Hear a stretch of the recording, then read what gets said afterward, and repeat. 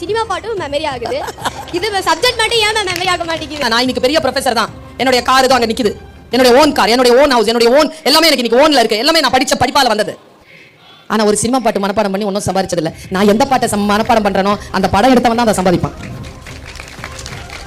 அவன் சம்பாதிக்கணுமா நான் சம்பாதிக்கணும்னு நான் தான் முடிவு பண்றேன். என்னுடைய மாச சம்பளம் UGC ஸ்கேல் 1,65,000 மட்டும் கையில வரும் மாசத்துக்கு. 2 ஹவர் தான் கிளாஸ்.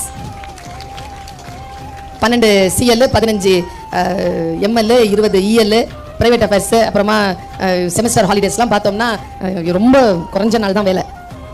எது சினிமா பாட்டு மனப்பாடம் பண்ணி கிடைச்ச வேலை இல்லை, பாட மனப்பாடம் பண்ணி கிடைச்ச வேலை. இப்ப நான் அனுபவிக்கிறேன். நீ இப்ப சில விஷயங்களுக்கு நோ சொல்லு, புரியுதா? நான் என் வாழ்க்கையில் இப்படித்தான் இருக்க வேண்டும் என்று நான் முடிவு செய்கின்ற போது என் மனதை நான் நிறுத்துகிறேன்.